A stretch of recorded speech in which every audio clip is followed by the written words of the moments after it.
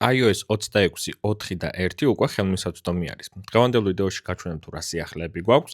პირველ რიგში შევდივართ General-ში, შემდეგ ვაწვევით software updates და ველოდებით განახლებას. რა თქმა უნდა, განახლება გამოჩნდება და შეგიძლიათ რომ დააყენოთ. ეს განახლება რეკომენდირებული არის ყველასთვის, ვინც არის iOS 26 და 4-ზე.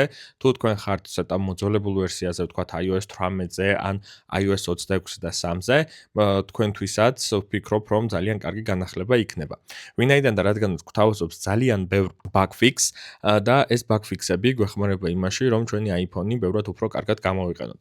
პირადად დავტესტე iPhone 15-ზე, 16-ზე და 17 სერიის iPhone-ებზე და ძალიან კარგად მუშაობს. ყველაფერი არის გამართულად, ყველაფერი არის ისე, როგორც უნდა იყოს და როგორც ვიყავით მიჩვეულები, მაგალითად iOS 18-ის ან iOS 17-ის გამოყენების დროს. გარდა ამისა, რა თქმა უნდა, ჩვენ უნდა შევამოწმოთ Apple Store-ში აპლიკაციების განახლება, რადგან ყოველი iOS-ის განახლების შემდეგ იცვლება, მეგობრებო, სხვადასხვა აპლიკაციების ქცევა ოპერაციული სისტემის მიმართ და ამიტომაც აუცილებელია, რომ iOS განახლების შემდეგ შევიდეთ App Store-ში და განვაახლოთ ჩვენი ყველა აპლიკაცია.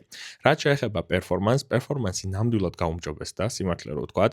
აი ახლა მაგალითად მე თქვენ ეკრანზე გაჩვენებთ, როდესაც მაგალითად ვიყენებდი iOS 26 და 4-ს, Geekbench-ში საერთოდ არ ცდებოდა 9000, ესე იყო 9900, 9800, როგორც ხედავთ, როგორც single core, ასევე multi-core პერფორმანსი, თუმცა 26.4 Hz-ზე ეს ყველაფერი გაზრდილია და 10000 გადასცდა. მოკლედ, რეკომენდაცია iOS 26.4 Hz და დროებით მომავალ შეხვედრამდე.